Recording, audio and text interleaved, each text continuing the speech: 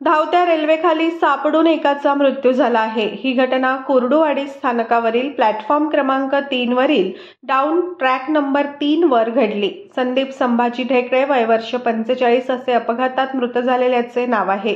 याबाबत पोलिसांनी दिलेल्या माहितीनुसार एक इसम रेल्वेखाली चिरडल्याची माहिती आरपीएफ जवानांना मिळाली।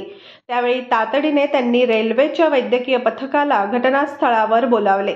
वैद्यकीय पथकाने त्यांची पाहणी करून तो मृत असल्याचे घोषित करण्यानंतर मृतदेह रेल्वे गँगमनच्या मदतीने रेल्वे ट्रॅकमधून बाहेर काढण्यात आला। यावेळी मृताच्या खिशात एक डायरी व 1 मार्च रोजीचे सोलापूर कुर्डुवाडी असे जनरल तिकीट आढळून आले। डायरीतील लिहिलेल्या फोन नंबरवरून मृताची ओळख पटवण्यात आली।